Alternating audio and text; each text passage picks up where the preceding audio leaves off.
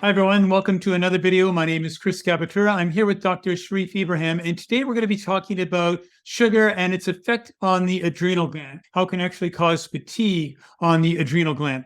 So, Sharief, let's describe what that adrenal gland is. Adrenal gland is a very famous gland in the body. It's a very small, little tiny gland that sits on top of each kidney, but it's really very famous from the point of view that it is the gland that produces the cortisol, which is the stress hormones. The actual name of cortisol is glucocorticoid hormone. It is the hormone that regulates the blood sugar.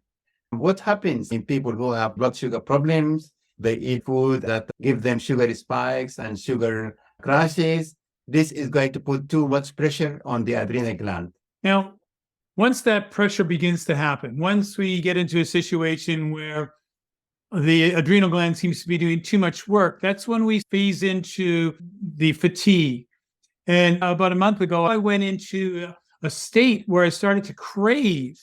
And it was so unusual because I'm trying to eat healthy. I try to stay away from sugar. But for some reason, there was a little bit of a period of time where I was eating some of the wrong foods, just a little bit too much celebration. My body got wind of that and it started saying, hey, let's get more of that. And of course, I was in adrenal fatigue. So explain what that is and what was happening. Yeah, I think you are 100% correct when you say that. You see, adrenal fatigues usually present with craving of sugar and craving of salt. This is a very common symptom. And I think most people actually complaining about adrenal fatigue, they present with difficulty getting up in the morning.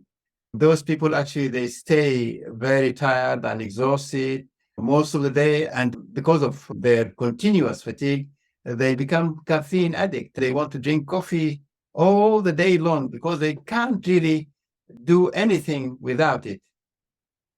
Trying to get that kicking, and they're not drinking just coffee. There's caffeine in that, but then they have 3 or 4 shots of sugar and the caramel and everything that goes with it. So that's stringing them along, and that fatigue, if they stay in that state, if the adrenal gland stays in that state, it's going to go to the point of exhaustion. And that's a very scary threshold to go over because the symptoms within that can be quite severe.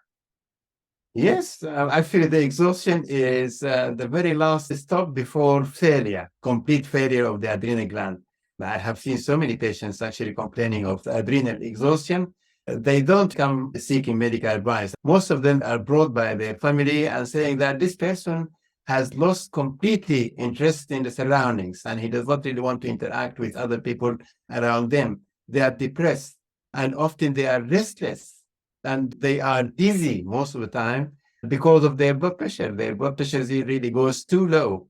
The adrenal gland has something to do to keep the blood pressure within normal range. It's a very severe condition, and people reaching that stage, they have to do as much as they can actually to come off this state as quickly as possible, because the next stage is going to be adrenal failure, when we lose the adrenal function completely. And at this stage, they have to have adrenal hormones replacement like cortisol, because if they are not given these adrenal hormones, it becomes a life-threatening condition. And let me just add a very important point here. The adrenal overactivity can go beyond the adrenal gland to affect other glands. The master gland in the brain, called the pituitary gland, control the activity of number of glands in the body, including the thyroid, the adrenal gland, and the gonads, the sex glands. There is a motorway that comes from the brain to stimulate the activity of these glands.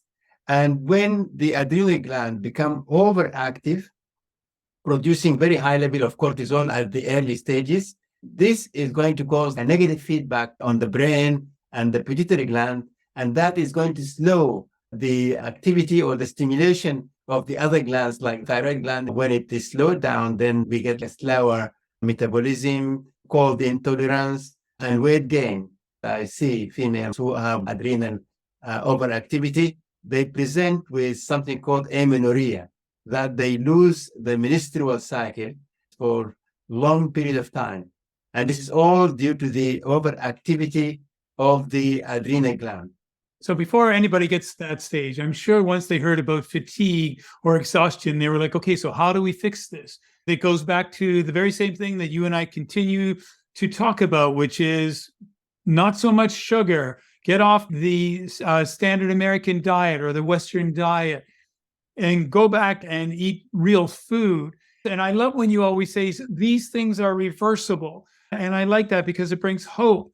Even if you're at one of the first two stages, you have an opportunity to correct this. And so give them a bit more information on how they can actually go about that. As you said, it's simple.